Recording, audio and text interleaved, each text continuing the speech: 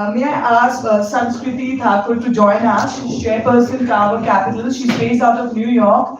And I really want to know from Sanskriti what she's done. And she's talked about generational life sciences and a growth fund of $2.3 billion. So I'm going to hear more about it when we have her here.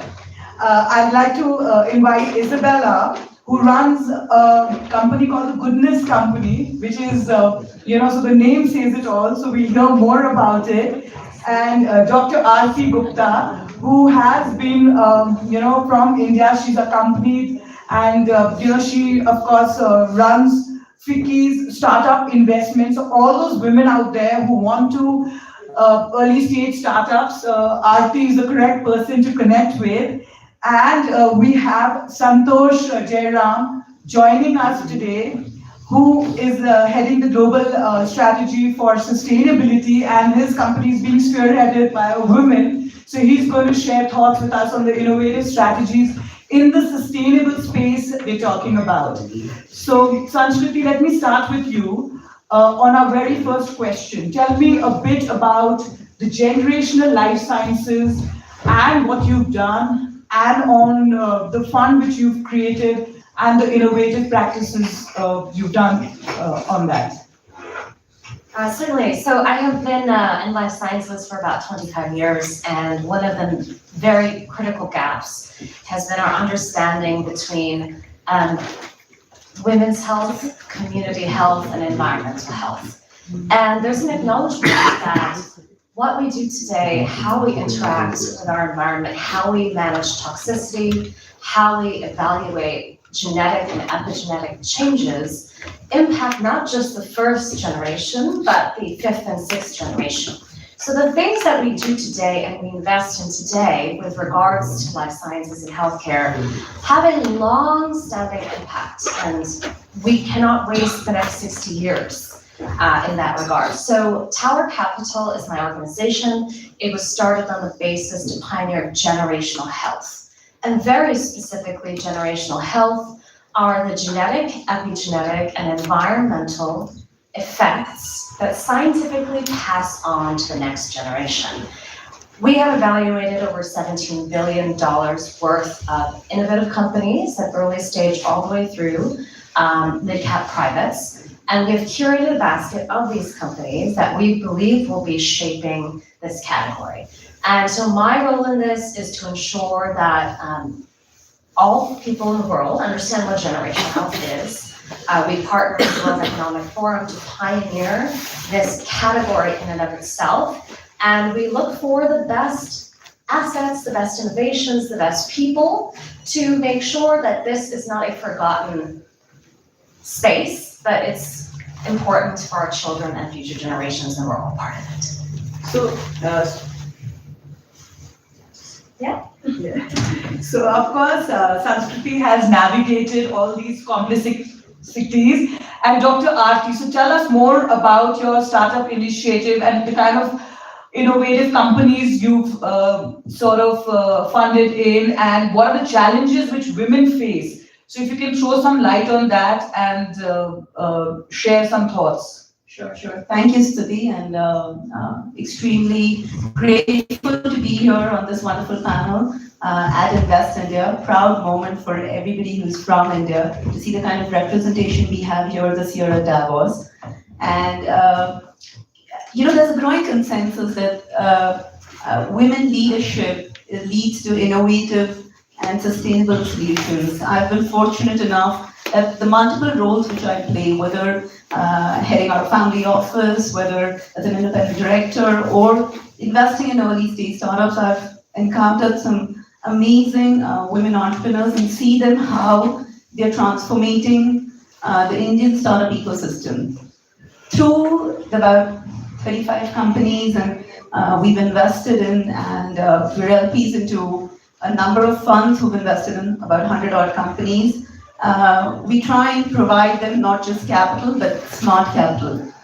What we're trying to do in the various roles and organizations I'm a part of is solve for three issues, which we like to call ABC.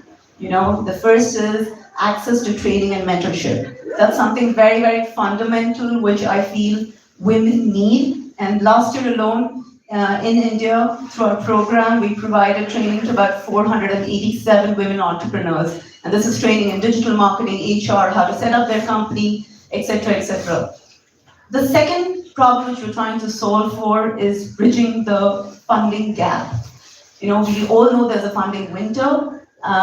Women bore the larger brunt of it. Funding to women companies, women startups in India has gone down to 5% of the overall funding. It was 9.3 in 2022. So almost half. There is a funding winter, but yeah, women bear larger brunt of it. So we're trying to solve or bridge the access to funding to women entrepreneurs, not just by investing in them, but also training women to be on the other side of the table. We not only need to support women entrepreneurs, but we need to get women on the other side of the table as women investors, because when we have women as investors, they will see and invest in the problems which women entrepreneurs are solving for. And the last one is, the C bit is championing for financial literacy for women, which I feel is a huge need of the hour, because we have these amazing entrepreneurs, women entrepreneurs, who are earning for themselves, but they are not investing themselves. They're using they're taking their help, or they're having their fathers and brothers and husbands who are actually investing for them. So we run this program called I Am My Own Lakshmi, where we train women to learn about investments and understand money matters. So that's amazing. I can see how many women you've created an impact, and I like the fact that you're talking about financial literacy, because that's something really, really needed. And Komal, my next question is, of course, to you. I would like to know, as the founder of TT Consultants, what role do you think innovation and the kind of strategies which your company has taken a step towards, and if you can throw some light on that. Thank you. It's such a pleasure to be here today and be amongst all of you. So I'll talk about two businesses. I started with a company called TT Consultants, and I spent about 16, 17 years in working with the top companies across the world on innovation consulting and patent consulting. There were some problems that we saw needed to be solved, not just in India, but globally. Number one is that innovation is not inclusive. It's kind of meant for the big boys club, where large companies are able to mostly afford IP innovation best practices and workflows, which leaves out a lot of women inventors, individual inventors, universities. And secondly, the whole process of innovation is mostly very expensive, time consuming. We've seen that the whole theme on the promenade is AI. So when we're using AI in everything, we thought of why not use AI and our experience in innovation to use large language models and hugely specialized embedding models to democratize innovation and create an impact in three areas. One is where every person in any company in the world can create higher quality ideation. Number two, create higher quality patents. And number three, it is able to also monetize and license out their technology. Sustainability again is something that we are very passionate about, and again we wanted to use technology again to be able to create sustainable businesses.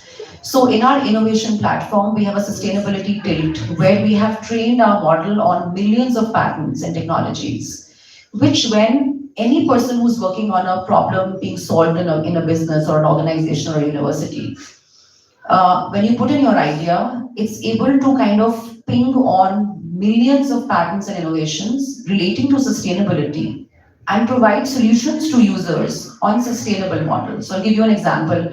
There was a woman entrepreneur who came to us, and she wanted to use the ideation engines to create a more sustainable, like a recycling process for fabric. And mostly she didn't even think of creating a sustainable model. So she was looking at manufacturing methods which required a lot of like mechanical processes which were very non-sustainable in nature. So the ideation engine was able to provide her very, very interesting ideas around using an enzyme process, which is biological in nature. So a lot of times in a large organization or in large companies or startups, everybody in the organization is not synced in with the vision of sustainability with the leadership. So large language models are like these when they are plugged into the entire organization. is able to give solutions to inventors or problem solvers at every stage of the innovation life cycle on how this can become more sustainable. So I like the fact you talked about democratization of your technology, and of course you brought up the conversation about the kind of challenges which you face. So that's why, Santosh, I'm going to ask you the question, because your company is being spearheaded by a women leader, and the kind of innovative and sustainable practices which you followed in your company, and what kind of support which is being spearheaded by a women leader, and you've seen in your journey with HCL. Hello. Yeah. So first of all, thank you for having me here. And before I answer the question, let me give the reason why I'm here. So the first thing, as she mentioned, that this is an organization led by, I mean, she should be one of the youngest chairpersons in any listed company in India, Roshni Nadar. And the second reason is that as HCL Tech, our CEO, he is a he for she champion, C. Vijay Kumar. And so, yeah, two reasons why I'm here. Now coming back to the question around the sustainability. Now, sustainability is a little broader term. I mean, anything can fit into it, right? But let me kind of focus more around the biggest topic after AI, which is discussed in Davos currently, which is around climate change. If you really look at the way in which the world would be poised to tackle climate change, it would require a huge amount of innovation. Although during the COP28, we had a landmark declaration of moving away from fossil fuels and tripling our renewable energy, but it really is an intent. You don't have all the means. So innovation is critical for us to move into a sustainable future. Now, if you really look at the diverse thoughts are required. In a panel earlier, I talked about the requirement of an intergenerational diverse thought to tackle climate change. You cannot have a room or around the table the people in whose lifetime the whole crisis accelerated and asking them to solve the problem. They are not going to be there to kind of witness what's going to happen. It's the next generation. You need them on the table. So the diverse thought is a requirement. Now coming to women, there are enough studies to say that the impact of climate change is going to be more on women. So until unless you are there, it's not a kind of an inclusive way of us tackling the climate change. Having said that, when we talk about innovation, people relate it to tech innovation more. But I should say that when we talk about sustainability related innovation, it is around, for example, policy innovation, or it can be like finance, sustainable finance, or for example, new ways of behavioral change is required. So innovation can be across. Even, for example, if you really look at political leadership around climate change, you will find some of the women leaders like Jacinta or Samia from Tanzania. Some of them are like real crusaders, the political leaders who are around that. So I think it's critical for us to be inclusive in our journey around developing the sustainable future, and women innovators are very critical in doing that as well. So I think it's I would stop there, but before I move into that, give it back to you. I would say that it's there is a lot of women in the space. If you really look at climate justice, climate policy, climate finance, everywhere.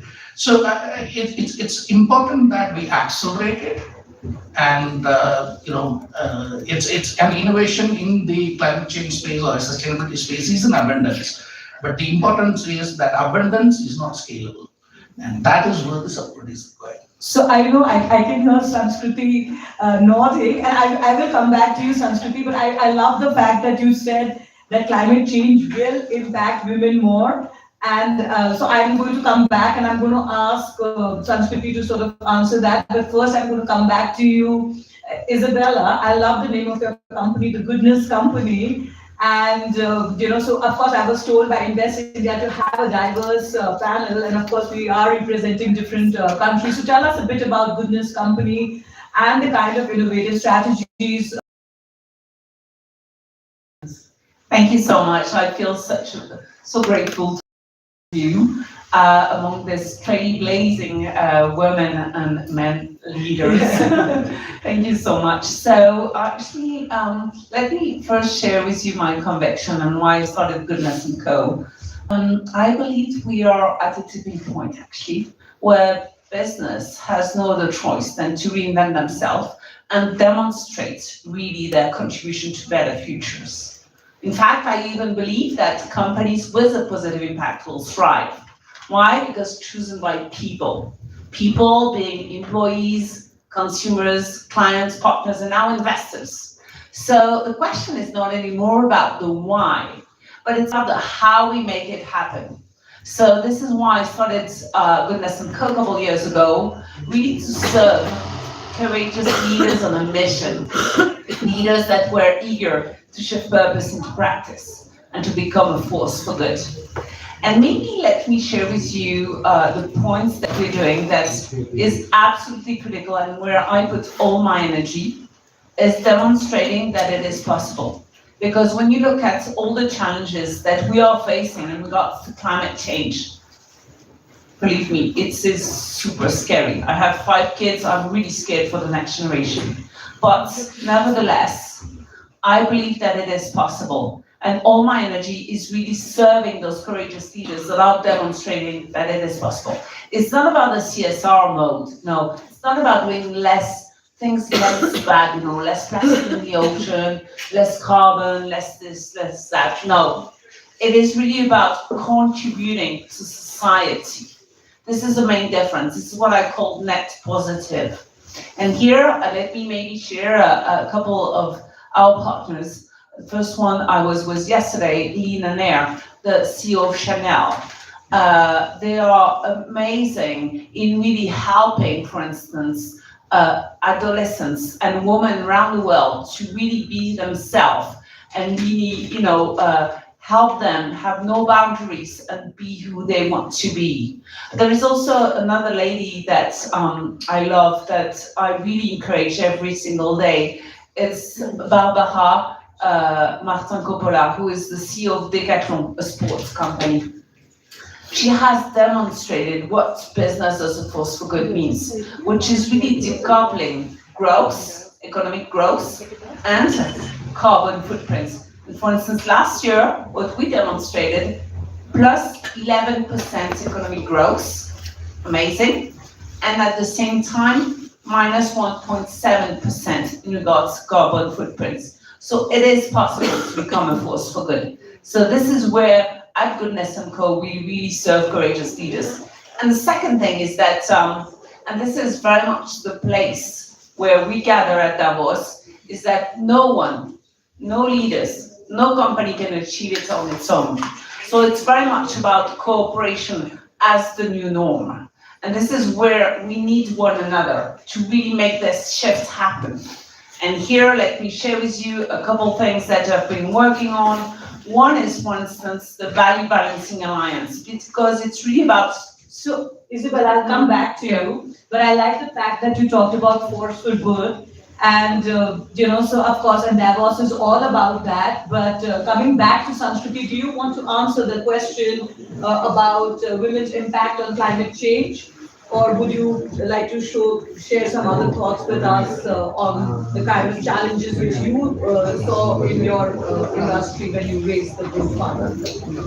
So I'll start with this. I'm from New York, right? My parents named me Sanskriti because they said, don't ever forget where you're from, which is of course India. But when we think about generational health and this very important intersection with climate,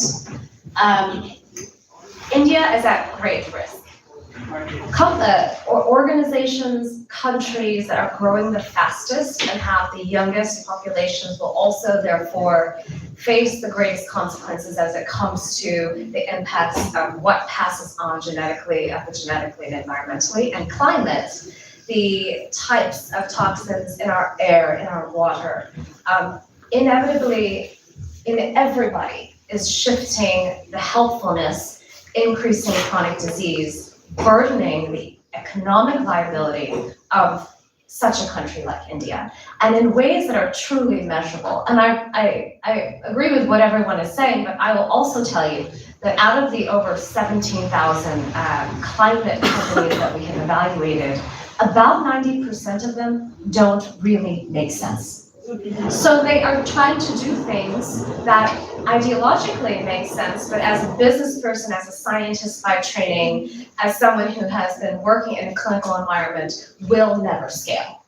And so we've also deployed, as a globe, billions and billions of dollars on things that will not matter. So this brings me to women. Some of the most important impacts are scaled inside of local communities. When we look at India and the expanse of rural communities, the importance of bringing states together, the importance of access to these types of technologies, women are the custodians of that cultural transformation.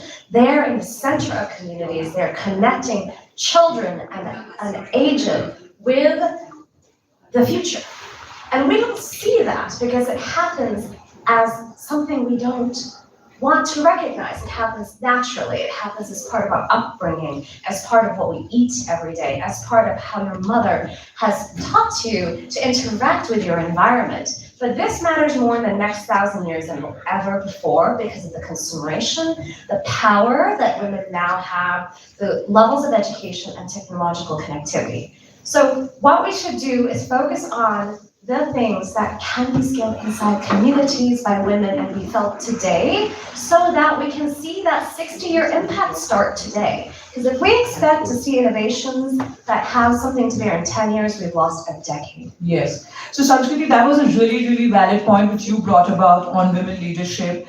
And as you all know, ours is a community to pay it forward, and I'm really glad that you shared that with us. Coming back to you, Aarti, I want you to tell us, like in the fast pace of innovation, what collaborative approaches and partnerships do you think are crucial for women to establish, to be in the forefront of emerging technologies?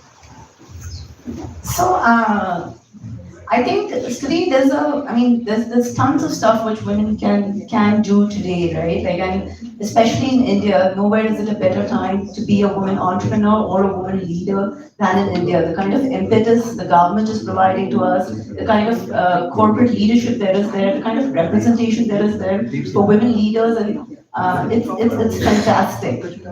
What I think women who are emerging leaders who should be doing, a couple of tips which I can share is they really need to network, and platforms like this, like we heard at Davos, are fantastic places, but in general I think women network less. You know, we're always within our silos, you know, we work, you go back home, and to no fault of theirs, right? Like, so I think women should put in more emphasis on networking, and I tell this to all my startups as well. Don't network when you're fundraising. Network when you don't need the money, right? You go and make those connections. Second, and an important suggestion which I would like to give or tell women is take the plunge, right? Like, there is studies which show that women don't apply for a job till they are 100% qualified for it, and men apply for the same job if they're 60% qualified for it, right? This is a proven study. And so stop overthinking and take the plunge, take the risk. If you have an innovative idea, go for it. You know, ask for the money, ask for what you want. We're sitting here in the India panel, and I really like this Hindi quote, you know, which I like to share it with a lot of women entrepreneurs because they feel that the stage is biased and let's not do it. मंजिल तो मिल ही जाएगी, भटकते भटकते ही सही. गुमराह तो वो लोग हैं जो घर से निकलते ही नहीं. You know, which means that, like, step out, take the risk and take the plunge. I love that, Aarti. And of course, I like the thought you talked about networking, and I can see some people. We had, of course, attended the EDUCO and APCO's Women Leaders Forum, and I can see Prateek and others from the on the audience, sitting there. So of course, we are networking. Yes, but I'd like, Komal, for you to share your thoughts on the fast nature of innovation and what partnerships and collaborations which women leadership should take it forward when they're starting out. So innovation is moving faster than any time in the history that we've seen, especially in India. We've had record filings supposing for patents, for research papers. Globally also, we're having a large number of inventions which are being filed. So the innovation is accelerating at a very fast pace now. But there's also, when there's more innovation, there's also more information, right, that needs to be understood, analyzed for businesses to be able to be more efficient in what they're doing. Women inventors, if we look at the data globally, it's not very significant. It's mostly under 15% across the world and about 12-13% in India. So there's a lot that needs to be still done. But it is changing, right? You are seeing It's getting better. It's getting better. So there are women who are involved in scientific research now. There are, as we were all just talking about how many women are leading in entrepreneurship and leadership. However, the numbers can still look better, right? I'm not talking just in India, but at a global level when we look at the total number of inventions that women are filing, right, compared to the men.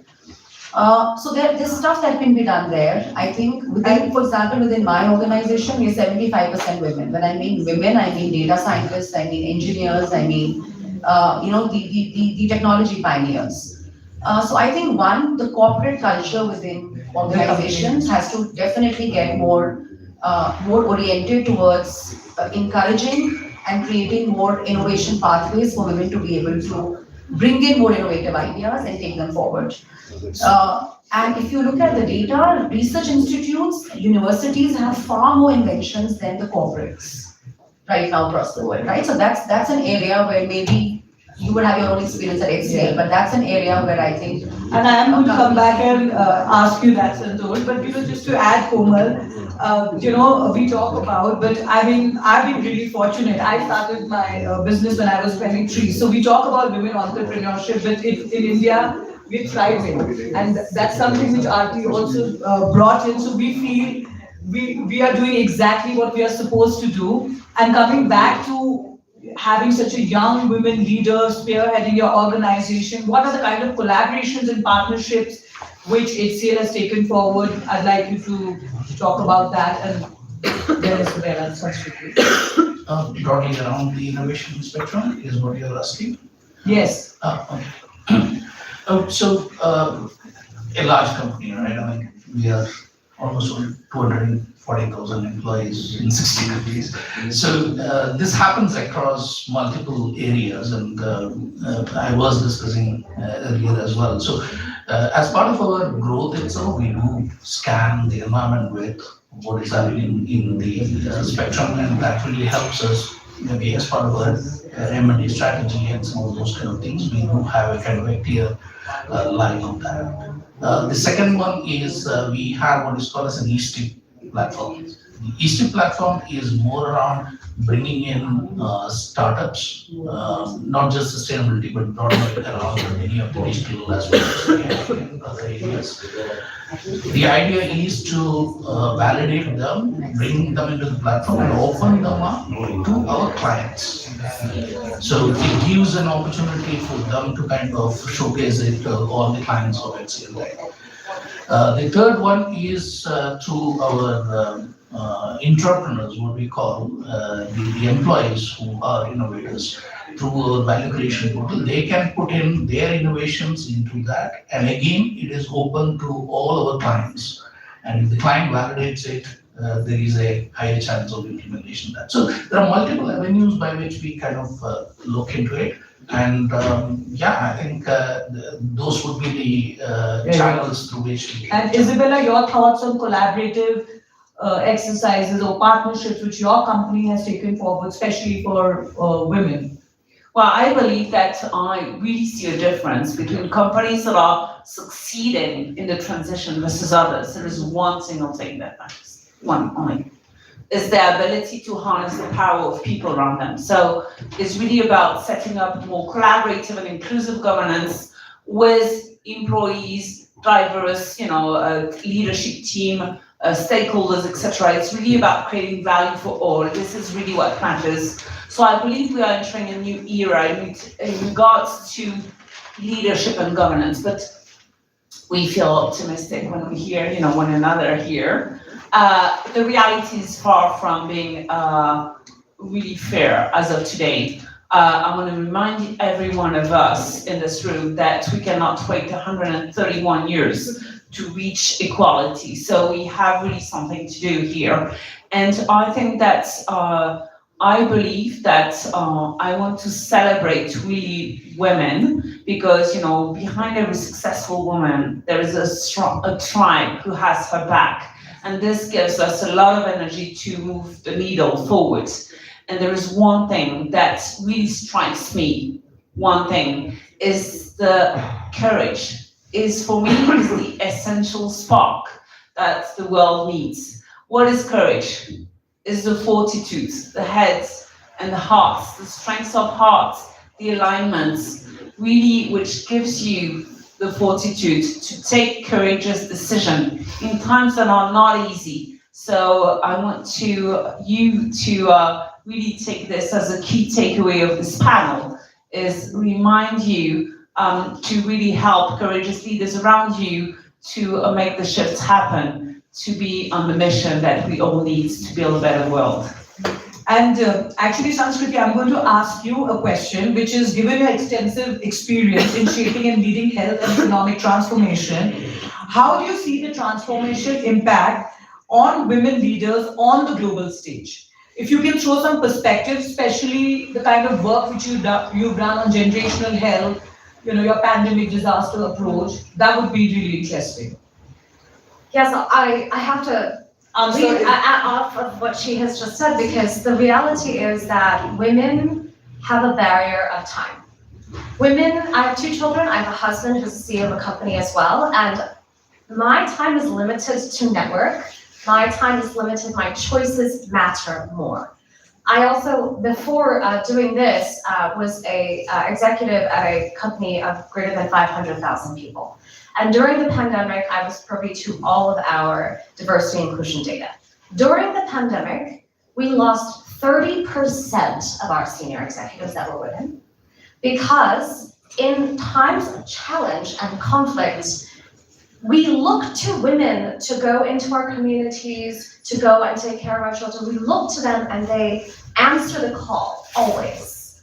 And so we have to remember that we still live in a world where it's equity, not necessarily equality. So as we see innovation scale, we should expect that women and the access and the resources should be disproportionately scaled as well.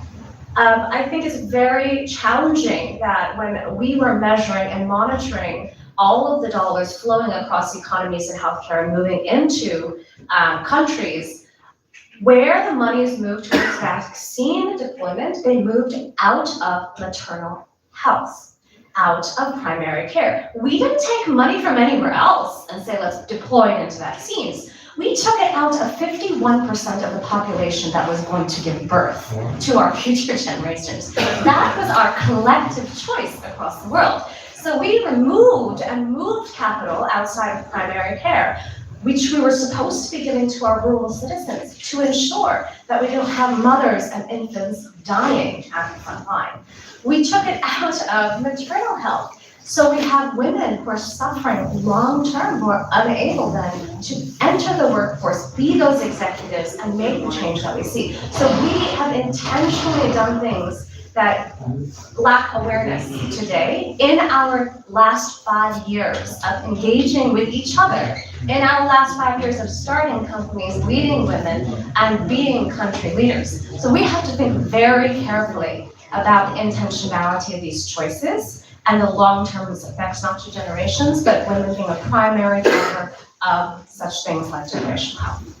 Kudos to you for doing that. I'm really glad that you shared that with us.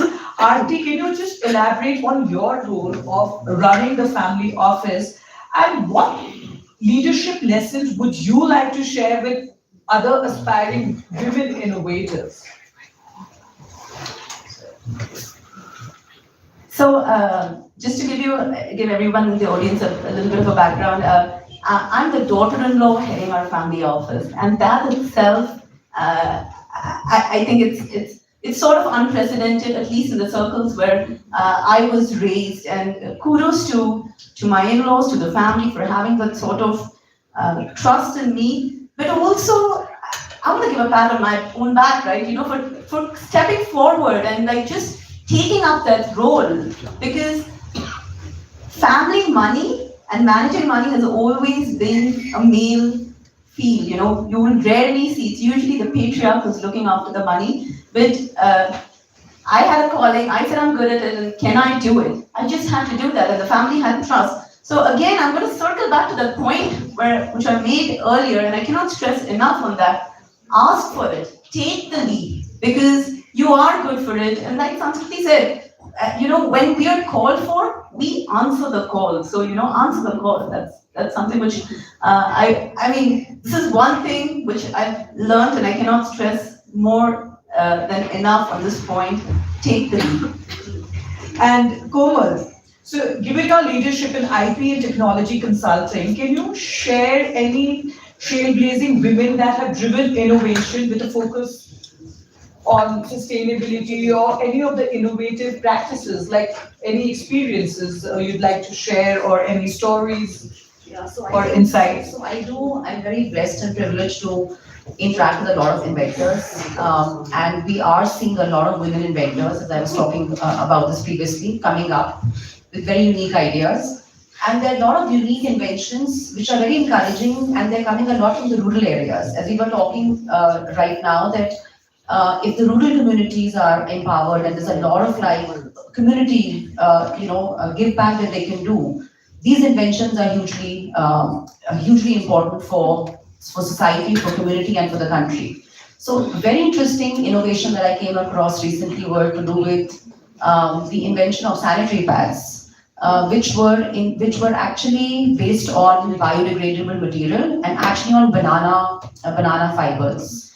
And this was coming straight from a village in Haryana. And the inventor actually reached out to our team and said that I've got this invention, can I take it forward? And we were able to kind of file a patent for it within a few days. There's a lot of inventions also happening in the area of sustainable agriculture, because a lot of rural women are involved in agriculture. There's a lot of sustainability practices which are coming out of there. Waste management is somewhere we're seeing a lot of women inventors again contribute. And on top of all this, what is really encouraging is the research and development in which the women inventors are involved in now. And because of the very, very rich research and development that they are doing, they are coming up with a lot of innovative technologies and solutions. So this is a great transformation that I'm looking at, that it's no longer limited just to like the top universities or the top corporations where inventions are coming out, but we're also seeing these more on the ground. And I think there's a lot of awareness now. Even the Prime Minister's vision for India really is more patents, more innovation. And I think the government is doing its bit also to kind of create this awareness about being able to protect your technology to get exclusive rights over it. And since we're going to soon run out of time, I'm just going to ask, and I would request everybody to keep their answers a bit crisp. As a trailblazer in your field, can you tell us, how did you navigate, and you continue to do, driving innovation and achieving your goals? So can you share some moment, and I'll just follow chronological order. Okay, so I would leave to answer that question, because something very pertinent has come in, and I thought I should share that. Right now, when we are speaking over here in the Congress Center, we are announcing the Aquapreneurs. This is a program which we run with the World Economic Forum, and this is the second cohort of the entrepreneurs who work in the freshwater space. Just now the announcement has happened, and so 20 out of the 20, which means last year 10 and this year 10 of them are women-led organizations. Wow. So you could tell us about it earlier, or you could tell it after you got a notification on your Yes, phone. I just got a notification, so I'm not supposed to reveal it, so. But I'm really I glad just you got- shared with us So here. I will leave it at that maybe, and yeah, let others answer. because Yes, they- and maybe Sanskriti, you can answer, and then Isabella. I just want to, keep the conversation. Well, first of all, thank you, because I'm just so impressed with these individuals on this panel, and I hope we stay in touch because there's so much to learn from one another. I think my degree of success has come from two things. Setting the right expectations for the people in my life. So that they know what I need to achieve my goals. In family, with friends, and with careers. I think second is just getting to the point. I don't waste time. I know exactly what I want to achieve. I frame it, I validate it, and I go do it. And I ask people, will you give me $1 billion? I don't mess around with it, right? I don't wait and say, oh, let me hang out with you for a little while. Just get to the point. And I think for women, that's so critical. Because like I said, we have the importance of time, and the value of time for us is such a different dynamic than for the rest. And Isabella, Thank you so your much. turn, So maybe two things on my side.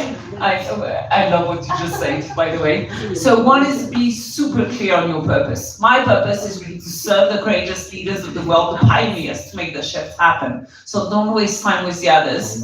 Go for them. Second is that it's not always easy. So the critical path is really to align heads and hearts. What really matters for you is the alignment. This is what I want you to take away from this. Yeah, and Komal, your thoughts? Yeah, so literally I started with a $3,000 investment in my business, right? As a first generation entrepreneur, it's now a multi-billion-dollar business. And I think for me, reinventing innovation and kind of predicting what's going to come out in the future, what is the need of the market, and then kind of providing for it before someone else provides for it. I think that is what has enabled us to kind of start and scale up the business. And on a very personal perspective, I think again, super clarity about what you're doing. Perseverance, a lot of courage, as she said, is a great word. I think that I believe in very strongly. And also not forgetting that when we all get there, we should not forget that we have to take other people along with us. And I love that, and I love the fact you said first generational entrepreneur. And I'm getting inspired hearing you all, because I feel, how am I going to make those scale it up? So I have a lot of things to learn from you. But Aarti, your thoughts? And I'm going to just throw up the questions to the panel, and we'll come back for one last. Yeah, I loved everything, pay it forward and get to the point. I'm going to note it down, that's fantastic. Two things I want to add to what my other wonderful panelists have said is build the right support system. We really, really need the right support system, whether it's help from your family, whether it's your school mom's gang, the right tribe of people, both men and women in your life. Make sure they understand your ambitions and goals, and they are there to support. And that means you need to invest time in building that support system. So as you're on your way up, build the right support system, spend time in it. The second is put in time, effort to upskill yourself. I'm an economist by education, an investor by profession, and a change maker by passion. And each of those roles constantly require me going back to school or to training sessions. So put in time and effort to constantly upskill yourself. So I love all that, and I'm not going to allow the audience not to ask us questions. So please ask the panelists some questions before I'm going to ask a common question to all the panelists. And you all can think of a winning message which can inspire all the women out there. You can take your time, but I would like to ask the audience some question. Yes. Can I have a mic?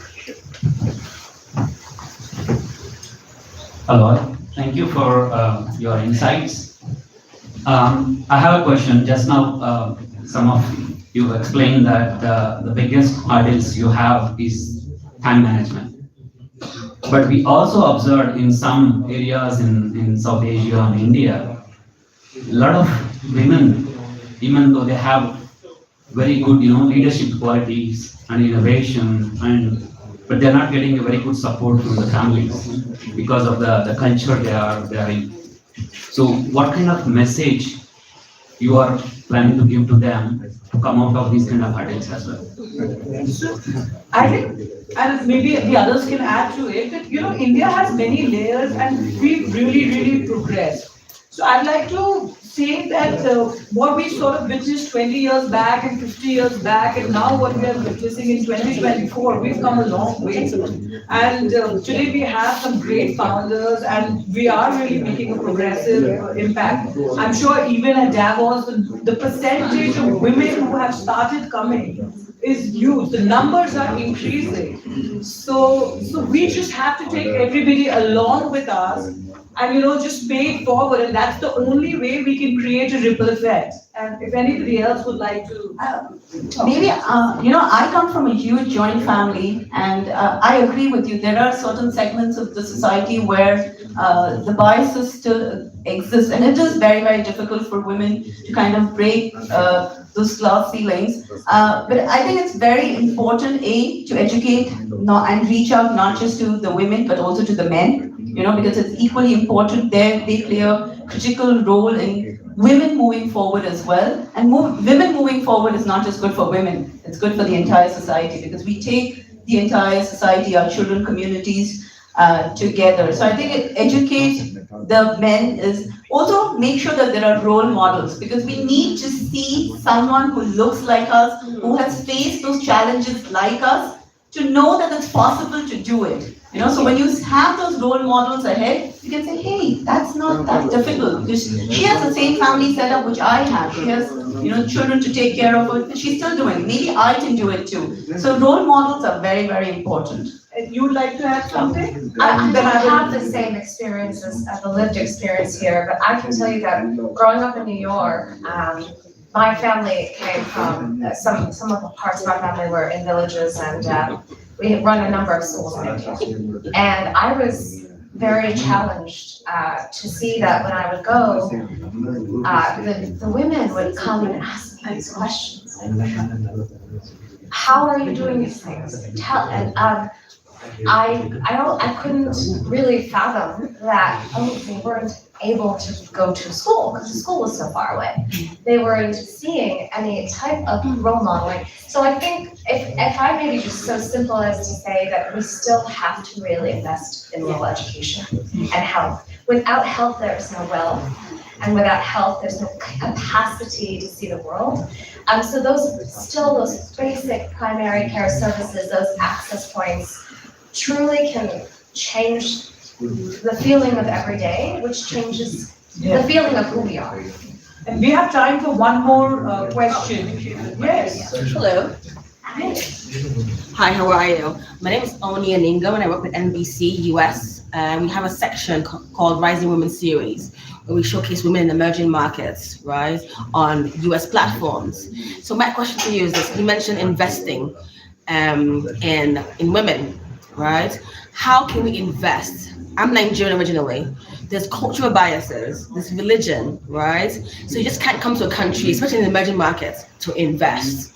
Where do you put the money? And do the parents agree? Is there a religious leader to talk to? So how important is it to understand investing in women, in young girls in emerging markets like India, like Nigeria, like Philippines? It's for you. I mean, excellent question. Thank you. So when we started our investment fund, we said we have to make sure we can get billions to women. And how do you get billions to women when if you take every dollar in venture capital, it would never cover one country, right? Yeah. Venture capital places a lot of innovation, but there's not enough money to fund women. It's highly, we have spent the majority of our time creating a legal infrastructure that allows for extensive global investment. And that is one of the biggest barriers, I think. We collectively, with our large firms and friends, need to ensure that there is some degree of global channel to invest in women that don't exist. Currently, the best is country sovereign wealth. And you can imagine the bureaucracy that goes into that. right? Not, of course, it's very critical, but right now, we're asked every day to start local funds in countries. So Tower Capital is being asked to say, let's start a local fund in India, let's start a local fund in Nigeria, let's start a local fund here. That is another model. But those are the only two models currently that I see that are operating well, able to take those funding opportunities and channel them directly to entrepreneurs. Okay. I'm sure there are large entities also that can do so with local innovation hubs. Okay, one last Thank you. question, and then everybody has to give one last message, but yes. Hey everyone, thank you for the panel. My name is Abhishek, CEO of IBC Media, serial entrepreneur. We are trying to enable 1 million women through free education and 1,000 entrepreneurs in women. And we have a network of about 5,000 family offices that we are exposing this into. Now, the question is, what is the biggest and number one infrastructure problem that you see in women entrepreneurs that you would like to see across the board, which would be like the first foundational step for women to become entrepreneurs? The biggest and the first foundational step. So I think financial literacy is something I can say, but would you like to I add? think financial literacy and access to funds, I think is what holds most women back from being able to build and start a business.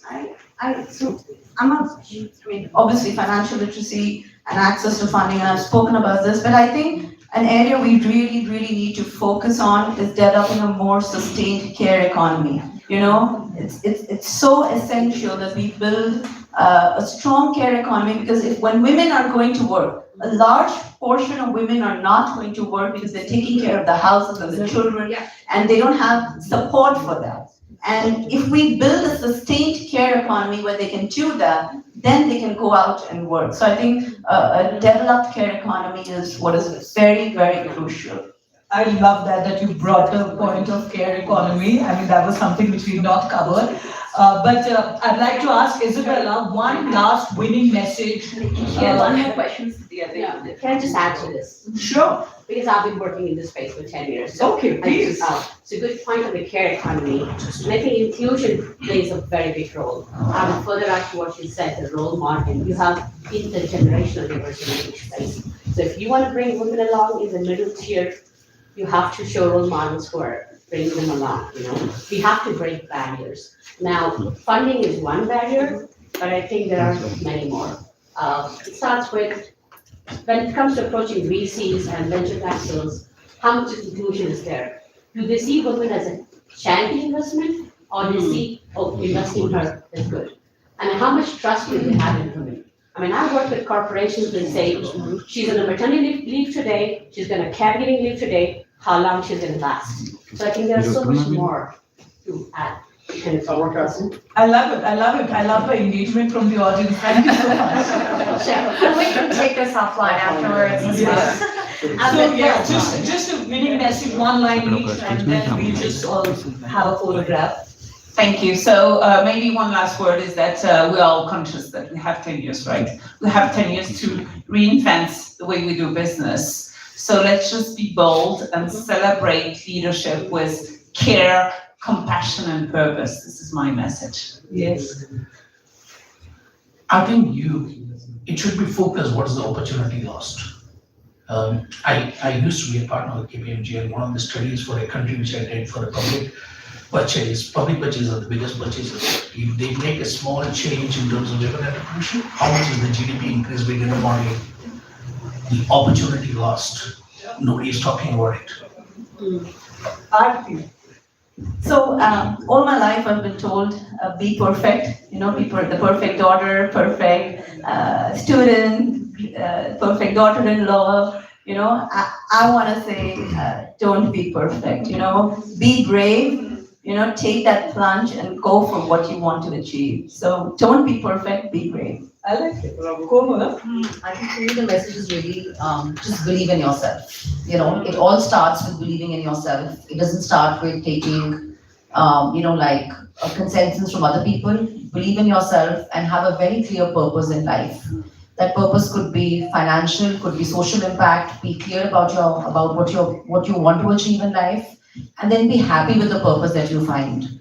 And do your bit for the community and for the country. I think eventually also that should also be a part of your, part of your success should be what you contributed to people around yourself, to your community and to your country. I think that's very important. And Sanskriti.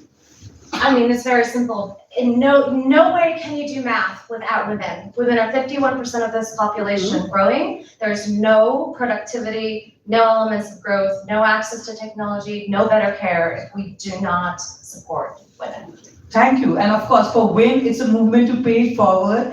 And thank you for this trailblazing conversation. And let's trailblaze together towards a more sustainable future with innovation. So can I request all our panelists to just stand for a quick group photograph? And thank you, India, for allowing the Women Inspiring Network to do this. And we love doing this. And thank you, Varda. Would you also like to join us?